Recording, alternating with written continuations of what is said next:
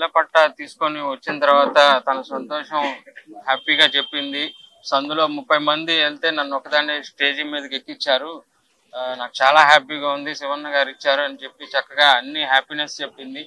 ఇంకో వీడియో వాళ్ళ ఫ్రెండ్తో తీసిన వీడియో చూపించింది, మాట్లాడింది, ఇంటర్వ్యూ చూపించింది. బాగుందన్నాను, అది అన్నాను. తర్వాత మరుసటి రోజు నుంచి వీడియో పోస్ట్ అయిన సోషల్ మీడియాలో పోస్ట్ అయిన తర్వాత దగ్గర నుంచి బ్యాడ్ కామెంట్స్ అనేవి వచ్చినాయి. అవి మేము అంత బ్యాడ్ కామెంట్స్ వల్ల తన మానసికంగా బాగా ఇదైపోయింది.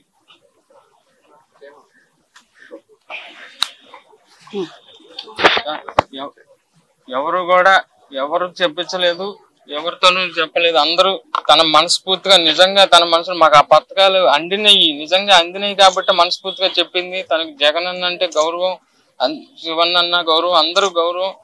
ఏ పార్టీ మేము ఆ పార్టీ మనుషులం కాదు. మాకు ఇంత హెల్ప్ చేశారు. అయినా వాళ్ళ గురించి స్వతంత్రంగా చెప్పినందుకు ఈ ట్రోల్ ఇలా చూసింది. నాకు కూడా చెప్పుకోలేనంత మెసేజ్లు చదివింది. నేను అప్పటికి 2 చూశాను. 2 చూస్తేనే నాకు మనసుకి బాధ వేసింది. కానీ ఎన్నో 100 మెసేజ్లు వచ్చినాయి అని చెప్పి అన్నారు. నేను అవి కూడా చూడలేకపోయాను. నేను ఇలాంటి పరిస్థితి ఇంకెవరికి రాకూడదు. ప్రతి ఒక్క కామెంట్ పెట్టిన వాళ్ళు ప్రతి ఒక్కరికి శిక్ష పడాలి.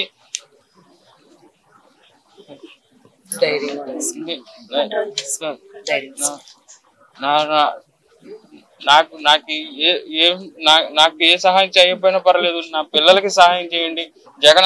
జగనన్న గారిని చూద్దామని కూడా నాతో చెప్పింది మా ఆవిడ. ఇక్కడ నిమ్మకాయల ఆటలో కూడా మీటింగ్ జరిగితే మేము వెళ్ళలేకపోయాం, మేము అంతా చేయలేకపోయాం. నేను బ్యాడ్ కామెంట్స్ దయచేసి పెట్టమాకండి. ఇంకో కుటుంబం ఇలా వీధికి పడకూడదు, దయచేసి నేను చెప్తున్నాను.